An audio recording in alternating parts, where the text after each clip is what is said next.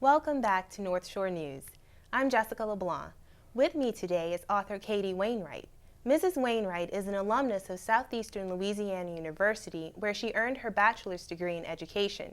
She's written a number of articles for the Hammond Daily Star, the Hammond Sun, and the Chicago Tribune. Miss Wainwright's most recent work, Cuba on My Mind, is a novel about her journey back to her Cuban roots. She began writing the book after retiring from a 45-year career in real estate, and she's here with us today to talk about her new book.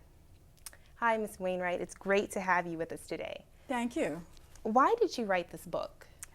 Well, I've always been interested in writing, and I had a lot of memories of my childhood in Cuba, and I wanted to share them with my children because they were born and raised here, and it was such a different childhood than they had. And so that's why I wrote it mainly. Now, I know it's in the form of a story with fictional characters. How much of the book is actually your own personal story? Well, the book is fiction, but it's based on actual places and actual happenings and things that took place when I was a child that I could remember. And I took a writing course, creative writing course at Southeastern, and I did short stories of the Cuban experience. I did different short stories, and they're based on real people. For instance, one of the characters is based on my mother, who was a very wonderful person, very kind and gentle, and always fighting for social justice. And another one, the nanny, is based on the nanny that I had that took care of us and would fight for us at any point. She was very much devoted to all of us. And so the characters are fictional, but in the back of my mind there was always people that I could remember, like the Spanish teacher that rode her horse to school, or the little yellow schoolhouse we went to, a two-room little schoolhouse, or riding horsebacks in the mountains, or swimming in the Caribbean Sea. I mean, we did all that stuff that my children have never done. Right. Fidel Castro is also mentioned in the book. Now, have you ever met him? Several times. Wow. The dictator was General Batista, and he was born and raised in Banis, where this little story is set.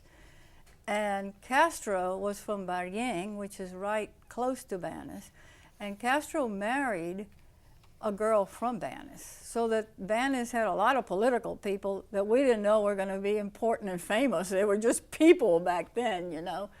But yes, and I can remember the general coming to our house because I have his autograph in one of those little autograph books. So what was that like, meeting him face to face? I mean, was it? I was very young, and I don't remember. I remember he came to see if my mother would help him politically.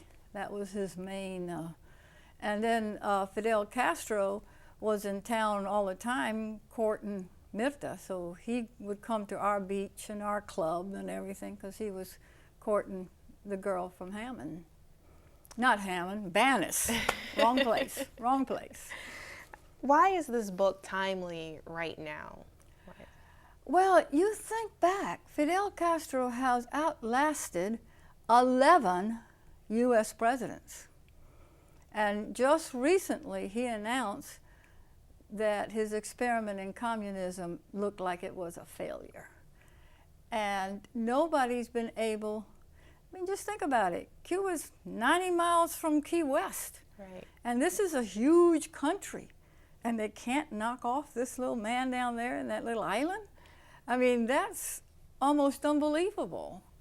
But he's very strong and still very strong. And so I think people are interested in that this dictator could outlast so many U.S. presidents. Now, have you ever been able to get back to Cuba, and do you still have family living there? I went last year, and I do have family still living there. I found them, and we had a wonderful reunion, and the place was very poor, not at all like I remembered. I remembered, well, like Hawaii, flowers and beautiful beaches, and acres and acres of sugar cane, which was what we grew. United Fruit Company grew 330,000 acres of sugar cane. Wow. And now all of that, they've had 2 or 3 hurricanes, and everything is devastated, not fixed. The sugar mills are rusted down. They're not growing sugar cane. It's very sad, and it's very poor. So I was glad I wrote the book while I still thought it was like paradise. Now, this is your first book. Yes. Can we look forward to hearing more from you, reading more of your Well, work? I have the second one written. This one is pre-Castro. This is before Castro took over. Okay. And the second one is about a kidnapping during the revolution and all that upheaval. And then the third one is about somebody coming over on one of those inner tubes or rafts or something and ending up in Miami. Wow. I found out when I was in Miami recently, there's a saying, if you land, you stand. And I didn't know that, but anyhow. Wow. And then I'm through. That'll be it. Wow, that's amazing. I'm looking forward to reading it. Well, It's been a thank you. pleasure having you here, Miss Wainwright. You can pick up Miss Wainwright's book, Cuba on My Mind, at local bookstores or online from Amazon.com. More North Shore news ahead. Stay with us.